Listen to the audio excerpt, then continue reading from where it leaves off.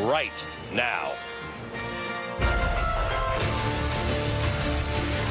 Hi, everyone. It's 4 o'clock in New York, and we're covering the latest reporting around Donald Trump's Manchurian decapitation of his own intelligence community over a briefing to Congress that detailed Russian President Vladimir Putin's preference for Donald Trump in the 2020 presidential election, as well as new details about the Russian election interference that's planned for both the Democratic primary underway and the general election coming up in November.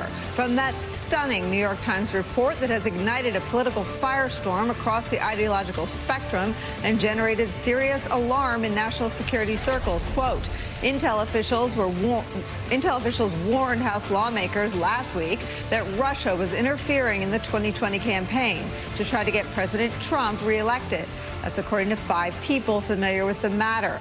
They said a disclosure to Congress that angered Mr. Trump, who complained that Democrats would use it against him. The Times adds this on the fallout from that briefing to members. The day after the February 13th briefing to lawmakers, the president berated Joseph McGuire, the outgoing acting director of national intelligence, for allowing it to take place. That's according to people familiar with the exchange. Trump was particularly irritated that Congressman Adam Schiff attended the briefing. The reporting in the Times is the starkest known example of a Trump-appointed top intelligence official being fired after intelligence about Russia's efforts to re-elect him were shared with Congress. To illustrate the scope of the contamination of Trump and his allies on our intel, there's also this from the Times. Quote, during the briefing to the House Intelligence Committee, Mr. Trump's allies challenged the conclusions, arguing that he had been tough on Russia and that he had strengthened European security. In response to the Times report, former acting Attorney General Sally Yates called it a screaming red siren. Former CIA Director John Brennan, who was a guest on this program yesterday, called it a, quote, virtual decapitation of the intelligence community. Democratic Congressman Jim Himes, on the urgency of getting to the bottom of Trump's treatment of his acting DNI, said that lifelong public servants have an obligation to blow the whistle on the president. What needs to happen right now is that McGuire and anyone else who is in that room needs to come forward. And they can't do a Mattis, they can't do a John Kelly and feel some sense of loyalty to their former boss.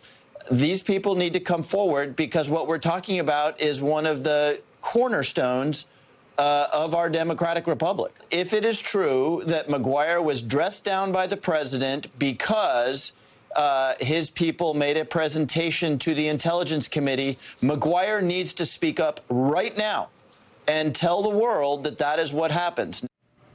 The president's war on intel and the Russian campaign to aid his re-election is where we start today with some of our favorite reporters and friends. Here at the table, politics editor for The Root, Jason Johnson, plus former U.S. ambassador to Russia, Michael McFaul, New York Times security reporter Adam Goldman, one of the bylines in the Times story we quoted from at the top, former U.S. Attorney Joyce Vance, and former Chief of Staff for the CIA and the Department of Defense, Jeremy Bash, is here. Adam Goldman, let me start with you. I read as much from that incredible piece of reporting from you and your colleagues as I could get out, but take me through more of it and put some of it in context for us.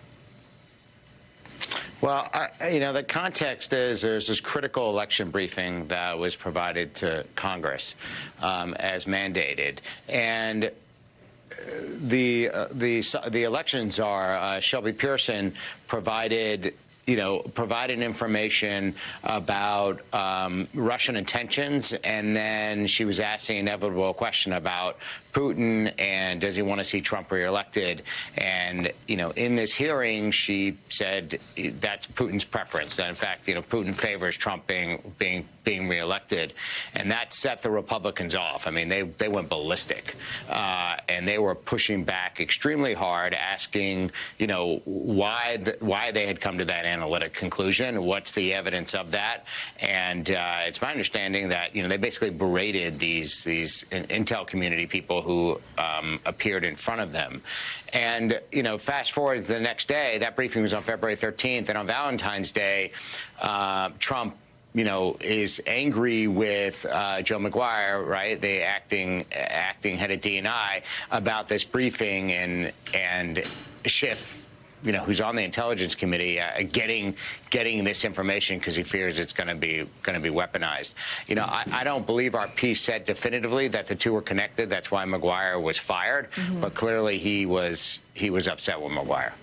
Jeremy Bash, isn't the evidence that Russia prefers Donald Trump, that Russian President Vladimir Putin, standing next to Donald Trump, said, "I prefer Donald Trump"?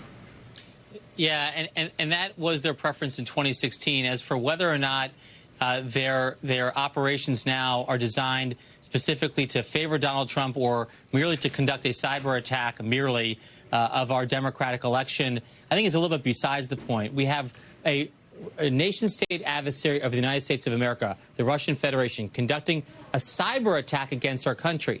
And the president is outraged not by that ongoing attack. He's outraged that our intelligence community professionals are telling the truth about it, that they're warning people about it, that they're warning Congress so that we can do something about it. And I think the lesson here is that he's not only unconcerned with the cyber attack, I think he actually welcomes it. I think in some ways he knows deep down that it would inure to his benefit, and that, therefore, he needs to squash any effort by his own government to prevent it.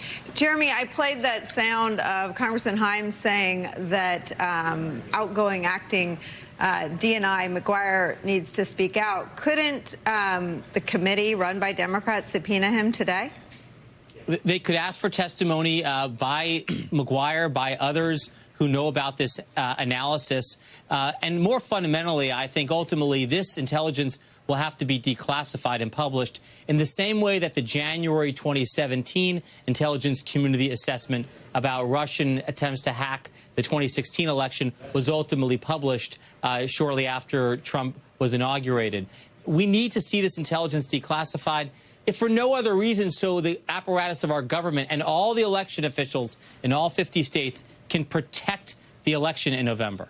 Ambassador McFaul, the intel, as it was briefed to the bipartisan committee, is alarming. The president's reaction to it, delivered via tweet and in some public comments. We're not going to play them, but I'll summarize them for our viewers.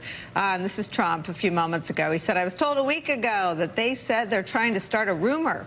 It is disinformation. Do nothing Democrats. Putin wants to make sure I get elected. Doesn't he want to see the Democrats?"